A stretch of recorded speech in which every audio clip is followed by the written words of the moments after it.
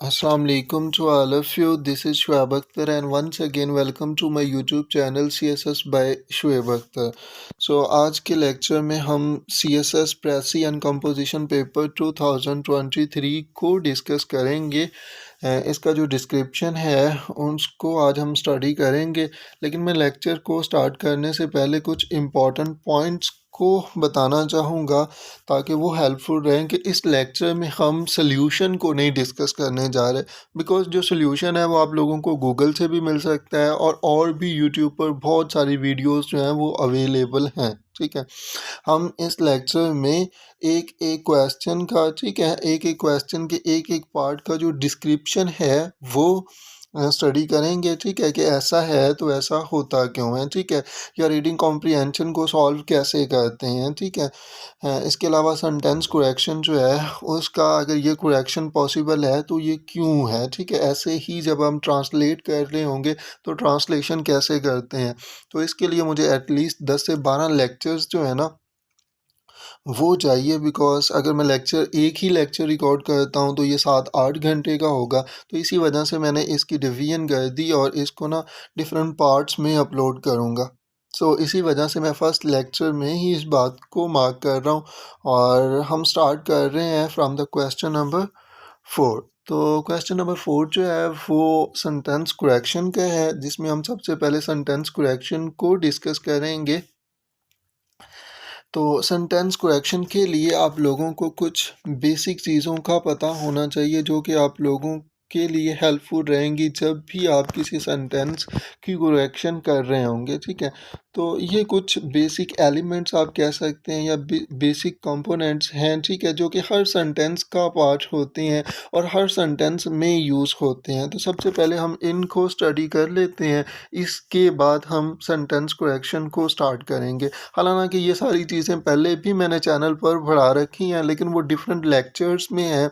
आज हम जस्ट इनकी एक समरी जो है, ठीक है, उसको डिस्कस कर लेते हैं। ठीक है, तो एक सेंटेंस में सब्जेक्ट या ऑब्जेक्ट जो है वो या तो नाउन हो सकता है या प्रोनाउन हो सकता है।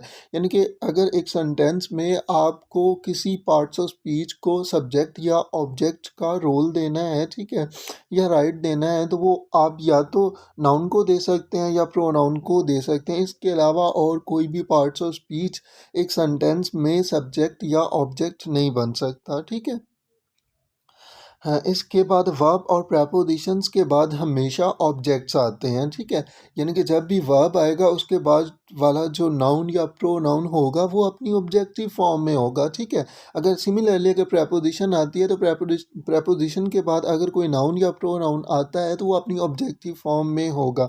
और only subject can take the verb, ये बहुत ही इम्पॉर्टेंट पॉइंट है और मैंने इसको अपने इवन फर्स्ट लेक्चर में भी मार्क किया था कि एक सेंटेंस में आप जो वर्ब है वो सिर्फ सब्जेक्ट को मार्क कर सकते हैं। यानी कि ये देखो कि अगर कोई नाउन और प्रोनाउन सेंटेंस में आ रहा है और वो नाउन या प्रोनाउन कब आ रहा है, किसी वर्ब या प्रेपोजिशन के बाद। अगर कोई नाउन या प्रोनाउन वर्ब और प्रेपोजिशंस के बाद आ रहा है तो वो वर्ब नहीं ले सकता, बिकॉज वर्ब लेगा ओनली सब्जेक्ट। और सब्जेक्ट कौन होगा, या तो नाउन होगा या प्रोनाउन होगा, और वो सेंटेंस का सब्जेक्ट होगा वो किसी उससे पहले कोई वर्ब और प्रेपोजिशन नहीं आई होगी। ठीक है, so I hope so you got my point. Otherwise जो इस दफ़ा CSS में सेंटेंसेज आए हैं ना, उनमें से 3 सेंटेंसेज जस्ट इसी पॉइंट पर हैं। ठीक है, सिर्फ इसी पॉइंट पर कि only subject can take the verb. आप जब भी वर्ब मार्क करते हैं आप सब्जेक्ट को वर्ब मार्क करते हैं। अगर अगर कोई नाउन वर्ब और प्रेपोजिशंस के बाद आ रहा है तो वो ऑब्जेक्ट है। ठीक है, और objects can't take the verb, यानी कि एक सेंटेंस में जो ऑब्जेक्ट है वो कभी भी वर्ब नहीं ले सकता। अगर आपने वर्ब मार्क करनी है तो वो जस्ट आप सब्जेक्ट को कर सकते हैं। So I hope so that is clear. अच्छा, एक सेंटेंस में दो नाउन्स जो हैं वो भी एक साथ इकट्ठे यूज नहीं होते। कैसे नहीं होते, मैंने एडजेक्टिव वाले लेक्चर में काफ़ी डिटेल्स के साथ इस बात को मार्क किया है। फर्दर डिटेल्स के लिए आप वो लेक्चर देख सकते हैं। और can't use nouns with pronouns, हम प्रोनाउंस को भी नाउन्स के साथ यूज़ नहीं कर सकते, ठीक है। कैसे, क्यों, ये हम आगे डिस्कस करेंगे, ठीक है, लास्ट में। सो आई होप सो कि ये जो पॉइंट्स हैं ये आप लोग अगर इसका स्क्रीनशॉट लेना चाहते हैं तो ले सकते हैं, अदरवाइज़ इन पॉइंट्स का आप लोगों को पता चला होगा। अब ये देखना, सिर्फ यही 3-4 चीज़ें जो है ये हर सेंटेंस में यूज़ होती रहेंगी, ठीक है। ओके, हम क्वेश्चन नंबर 4 से स्टार्ट करने जा रहे हैं। सो क्वेश्चन नंबर 4 जो है वो हमारे पास है, correct only 5 of the following.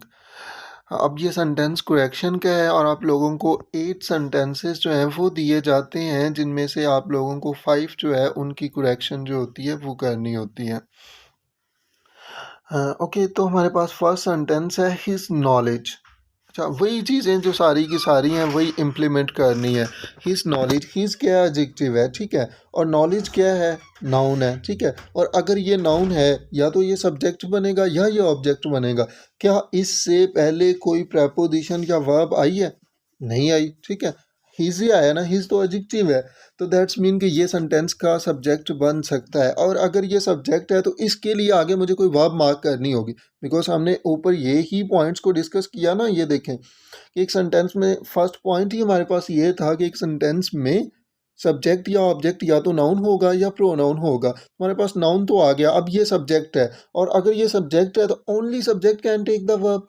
तो इसको हमें कोई ना कोई फिर वर्ब जो है वो मार्क करनी पड़ेगी। अब ऑफ क्या है, प्रेपोजिशन है, और प्रेपोजिशंस के बाद किसने आना है, वर्ब, और प्रेपोजिशंस के बाद हमेशा ऑब्जेक्ट्स ने आना है, और ऑब्जेक्ट्स जो हैं वो वर्ब नहीं ले सकते, ठीक है। अब लैंग्वेजेस क्या है, ये ऑब्जेक्ट है, ठीक है। लैंग्वेजेस जो हैं ये ऑब्जेक्ट है। किसका ऑब्जेक्ट है, ऑफ प्रेपोजिशन का ऑब्जेक्ट है। एंड क्या है, कंजंक्शन है। कंजंक्शन ने हमेशा दो सेम चीज़ों को जोड़ना होता है, ठीक है। अगर कंजंक्शन से पहले एडजेक्टिव है तो आगे भी बचे एडजेक्टिव ही आएगा, ठीक है। अगर कंजंक्शन से पहले सब्जेक्ट है तो आगे भी सब्जेक्ट ही आएगा, ठीक है। और अगर कंजंक्शन से पहले ऑब्जेक्ट है तो आगे भी ऑब्जेक्ट आएगा, ठीक है। तो यहाँ पर हमारे पास लैंग्वेजेस जो है ये ऑब्जेक्ट था, ठीक है। ये ऑब्जेक्ट ही है ना, किसका ऑब्जेक्ट है, ऑफ प्रेपोजिशन का। तो दैट्स मीन इसके आगे भी भाई हमारे पास ऑब्जेक्ट ही आएगा। तो यहाँ पर रिलेशंस जो है, ठीक है, ये हमारे पास नाउन है। इंटरनेशनल जो है ये हमारे पास एडजेक्टिव है। और ये जो रिलेशंस नाउन है, नाउन क्या काम करता है, या तो सब्जेक्ट होता है या ऑब्जेक्ट होता है। तो यहाँ पर ये ऑब्जेक्ट है। कैसे ऑब्जेक्ट है, एंड कंजंक्शन है। कंजंक्शन ने दो सेम चीज़ों को जोड़ना है। कंजंक्शन से पहले क्या है, कंजंक्शन से पहले हमारे पास ऑब्जेक्ट है, तो इस नाउन को भी फिर ऑब्जेक्ट बनना पड़ेगा, ठीक है। ओके, तो हमारे पास आगे एक वर्ब है, एज। अब ये मुझे वर्ब जो है ये किसे मार्क करनी है, मुझे सब्जेक्ट को मार्क करनी है। नॉलेज सब्जेक्ट है, तो नॉलेज कौन सा नाउन है, एक अनकाउंटेबल नाउन है, अब्स्ट्रैक्ट नाउन है। और अगर ये अनकाउंटेबल नाउन है तो इसके साथ तो फिर सिंगुलर वर्ब आएगी, प्लूरल तो नहीं ना आ सकती। हाँ, अगर रिलेशंस जो है ये सब्जेक्ट को होता, ठीक है, लैंग्वेजेस एंड रिलेशंस, एज, ठीक है, तो फिर हाँ ये सही था, ठीक है। Aid him in his work, इनका मतलब क्या होता है, हेल्प और support someone something in the achievement of something, ठीक है। यानी कि किसी की हेल्प करना, ठीक है, उसकी किसी अचीवमेंट में, ठीक है, या कुछ अचीव करने में। तो हाँ, उसका जो नॉलेज है भाई वो हेल्प करता है, ठीक है। So his knowledge helps, his knowledge aids, तो यहाँ पर एड्स आएगा, ठीक है। और वो नॉलेज जो है वो उसकी हेल्प करता है, ठीक है। और ये जो है इस knowledge of languages of preposition है, और ये लैंग्वेजेस एंड इंटरनेशनल रिलेशंस जो है ये ऑब्जेक्ट जाएगा, और ऑब्जेक्ट जो है वो कभी भी वर्ब नहीं ले सकता।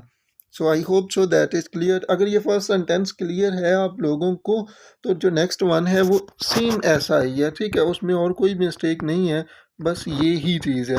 अब ये देखें, the ambassador, the ambassador, the article है, ठीक है। हाँ, और एम्बेसडर जो है ये नाउन है, और अगर ये नाउन है तो इसे इसके लिए कोई ना कोई फिर वर्ब आएगी, ठीक है। विद क्या है, प्रपोजिशन है। प्रपोजिशन के बाद किसने आना है, ऑब्जेक्ट ने आना है। हिज फैमिली जो है ये ऑब्जेक्ट बन जाएगा, ठीक है। एंड क्या है, कंजंक्शन है, और कंजंक्शन ने दो सेम चीज़ों को जोड़ना है, सेम जैसा कि ऊपर हमने डिस्कस किया, ठीक है। कंजंक्शन ने दो सेम चीज़ों को जोड़ना है। स्टाफ जो है ये क्या है, ये नाउन है। नाउन है तो या तो ये सब्जेक्ट बनेगा या ऑब्जेक्ट बनेगा। इससे पहले वाला मैं नाउन देख लेता हूँ, ठीक है, क्या वो सब्जेक्टिव फॉर्म में है, ऑब्जेक्टिव फॉर्म में है। वो तो ऑब्जेक्टिव फॉर्म में है, बिकॉज विद प्रेपोजिशन है, प्रेपोजिशन के बाद ऑब्जेक्ट नहीं आना है। तो ये भी फिर ऑब्जेक्ट होगा। आगे हमारे पास इनवाइट वर्ब है। अब इनवाइट जो वर्ब है ये मैं किसको दूंगा? द एम्बेसडर को ही ना। तो एम्बेसडर तो सिंगुलर है, और अगर ये सिंगुलर है तो इसके साथ वर्ब भी फिर सिंगुलर ही आनी चाहिए। So the ambassador with his family and staff invites you. So I hope so that is clear to all of you कि हमारे पास जो वर्ब लेने का हक है वो सिर्फ सब्जेक्ट को है, ठीक है। हाँ, okay. So next sentence, this year he will sit in the CSS examination. Okay, so first of all तो ये देखें कि सिट क्या है। सिट हमारे पास जो है वो एक एम्बी ट्रांसिटिव वर्ब है। एम्बी ट्रांसिटिव वर्ब, आप में से बहुत सारे स्टूडेंट्स ने फर्स्ट टाइम ये नाम सुना होना है। मैंने अपने वर्ब के थर्ड लेक्चर में काफ़ी डिटेल्स के साथ आप लोगों को पढ़ाया है, ठीक है। अगर कोई जस्ट ये लेक्चर देख रहा है, ठीक है, तो वो सबसे पहले वो भी लेक्चर देखे, ठीक है, जिसमें मैंने वर्ब को transitive, intransitive, ambitransitive, ditransitive, bitransitive, इनको काफ़ी डिटेल्स के साथ पढ़ाया। तो वहाँ पर मैंने पढ़ाया था कि कुछ वर्ब्स जो हैं वो इंग्लिश लैंग्वेज में एम्बी ट्रांसिटिव वर्ब्स होती हैं। एम्बी ट्रांसिटिव किन किन वर्ब्स को कहा जाता है? वो सारी की सारी वर्ब्स जिनके डबल मीनिंग होते हैं, ठीक है, वो सारी की सारी वर्ब्स जो हैं वो एम्बी ट्रांसिटिव कहलाती हैं। जैसा कि देखो, चेंज, अब चेंज का मतलब तब्दील करना भी होता है और तब्दील होना भी होता है, ठीक है। सिमिलरली सिट, अब सिट का मतलब बैठना भी होता है और बिठाना भी होता है, ठीक है। और ऐसी तमाम वर्ब्स जिनके डबल मीनिंग होते हैं, ठीक है, और वो उन मीनिंग पर डिपेंडिंग, यानी कि ऑब्जेक्ट ले भी लेती हैं और ऑब्जेक्ट नहीं भी लेती, तो उन वर्ब्स को आप एम्बी ट्रांसिटिव कहते हैं, ठीक है। और हमारे पास जो सिट वर्ब है वो एक एम्बी ट्रांसिटिव वर्ब है, यानी कि ये ट्रांसिटिव भी हो सकती है और इनट्रांसिटिव भी हो सकती है। इनट्रांसिटिव कब होगी? जब इसके बाद ऑब्जेक्ट नहीं आएगा, ठीक है। जैसा कि देखो, अगर मैं कहूँ he is sitting there, he is sitting there, तो यहाँ पर देयर क्या है? देयर तो एडवर्ब होती है, और एक सेंटेंस में सब्जेक्ट या ऑब्जेक्ट या तो नाउन हो सकता है या प्रोनाउन हो सकता है। तो सिटिंग ये वर्ब है, और वर्ब के बाद अगर एडवर्ब आया, दैट्स मीन कि एडवर्ब जो है वो ऑब्जेक्ट तो नहीं ना हो सकता। ऑब्जेक्ट होगा वो या तो नाउन होगा या प्रोनाउन होगा। तो दैट्स मीन कि यहाँ पर ये इंट्रांसिटिव वर्ब है, इसके बाद ऑब्जेक्ट तो आया नहीं है, ठीक है। लेकिन अगर मैं कहूँ कि he sat the girl on the bed, अब यहाँ पर ये देखो, ही सब्जेक्ट है, सैट वर्ब है, लेकिन द गर्ल क्या है? नाउन है।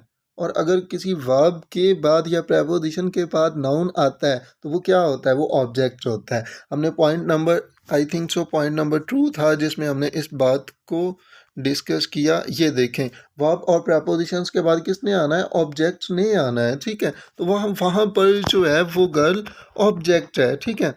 सैट वर्ब का, सिट वर्ब का यहाँ पर ये ऑब्जेक्ट है। He sat the girl on the bed.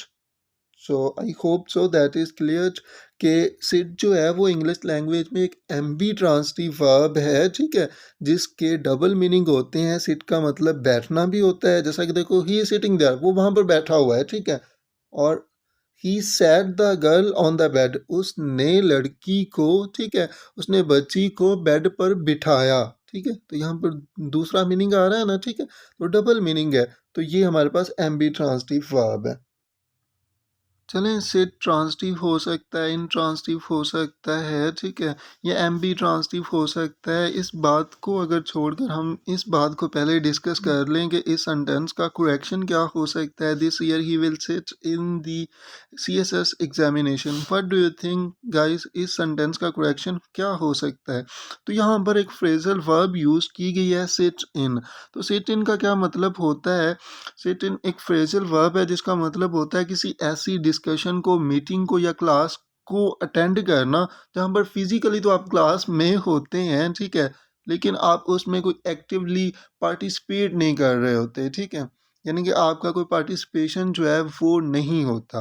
तो इसका मतलब होता है सिट इन। जैसा कि देखें कि बहुत सारे स्टूडेंट्स होते हैं, और आप लोग भी होंगे, आप में से भी बहुत सारे लोग होंगे जो क्लास में जाते तो हैं लेकिन कुछ एक्टिवली पार्टिसिपेशन जो है ना वो उनका नहीं होता, ठीक है।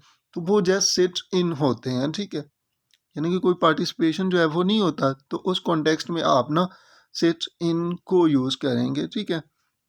जैसा कि देखो, I was allowed to sit in on the meeting. ठीक है, बिकॉज मुझे अलाउ तो कर दिया गया था, ठीक है, कि इसमें मैंने कोई एक्टिवली मीटिंग में पार्टिसिपेट जो है वो नहीं करना, लेकिन इसी वजह से मुझे अलाउ जो है वो कर दिया गया था। और do you mind if I sit in on your class? So I hope so that is clear. चलें, लेकिन यहाँ पर एक क्वेश्चन और रेज होता है, what do you think guys इस सेंटेंस का करेक्शन जो है वो क्या हो सकता है? बिकॉज मैंने भी गूगल किया, ठीक है, एक दो वीडियोस जो हैं वो भी देखी, लेकिन मुझे कोई सही कहीं से मिला नहीं है, ठीक है। ये यूट्यूब पर आप भी थोड़ा सा टाइप करके देखें ना, ठीक है। ये जो अभी पेपर हुआ है 2023 का, इसके सेंटेंसेस का करेक्शन जो है वो क्या क्या बताया जा रहा है, ठीक है। एक दफ़ा ज़रूर चेक कीजिएगा और गूगल से भी कीजिएगा, बिकॉज़ बहुत सारी ऐसी वेबसाइट्स हैं, ठीक है, और ऐसे चैनल्स हैं जिन पर 1 लाख से ज़्यादा सब्सक्राइबर्स हैं, लेकिन उन्होंने भी इस सेंटेंस का जो करेक्शन है, ठीक है, वो ही इनकरेक्ट दिया हुआ है, ठीक है। Then what do you think guys? आप एक दफ़ा गूगल कर लेना, ठीक है, एक दफ़ा गूगल करके इसका जो करेक्शन है, या तो वो आप एक दफ़ा गूगल कर लें, या एक दफ़ा कमेंट्स बॉक्स में ज़रूर लिखना, कमेंट्स जो सेक्शन है उसमें ज़रूर लिखना कि इस सेंटेंस का सर ये वाला करेक्शन जो है ये है, ठीक है। तो आप इस वीडियो को यहाँ पर पॉज कर सकते हैं, ठीक है, और अपना जो आंसर है वो लिख सकते हैं। ओके, सो आई होप सो कि आप लोगों ने ज़रूर गूगल किया होगा, या एटलीस्ट अगर आप में से किसी ने CSS का पेपर दिया है तो उसके तो माइंड में होगा कि इसका करेक्शन क्या है। तो अभी हम डिस्कस करते हैं, so that will be very very very interesting. Okay, so sit English language में और स्पेशली ब्रिटिश लैंग्वेज में, ठीक है, एक वर्ब भी होती है और ट्रांजिटिव वर्ब होती है, ठीक है, जिसका मतलब होता है take an examination. Take an examination का क्या मतलब होगा? तो जो स्टूडेंट्स होते हैं ना, ठीक है, वो एग्जामिनेशन जो है वो देते हैं, वो एग्जाम्स लेते हैं या देते हैं। हमारी लैंग्वेज में तो हम तो कहते हैं कि स्टूडेंट है, ठीक है, तो क्या आप एग्ज़ाम दे आए हो, ठीक है। लेकिन इंग्लिश लैंग्वेज में आप ऐसे नहीं कह सकते, ठीक है। इंग्लिश लैंग्वेज में आप ऐसे नहीं कह सकते। So students are taking the exams, आपको ऐसे कहना पड़ेगा। क्यों ऐसे क्यों कहना पड़ेगा भाई? बिकॉज ये देखें, आप थोड़ा सा लॉजिकली सोचें कि जब स्टूडेंट्स जाते हैं, ठीक है, एग्जामिनेशन हॉल में जाते हैं, ठीक है, तो क्या स्टूडेंट्स वहाँ पर एग्ज़ाम देने के लिए जाते हैं या एग्ज़ाम लेने के लिए जाते हैं? वो जो इनको आंसर शीट दी जाती है, क्वेश्चन पेपर दिया जाता है, ठीक है, तो वो भाई लेते ही हैं ना, कुछ अपने आप से ये देते तो नहीं ना है। एग्जामिनर जो होता है वो इन्हीं को दे रहा होता है ना, ये ले रहे होते हैं, ठीक है। तो इसी वजह से इंग्लिश लैंग्वेज में एग्जाम्स के कॉन्टेक्स्ट में हमेशा टेक वर्ब जो है वो यूज़ की जाती है।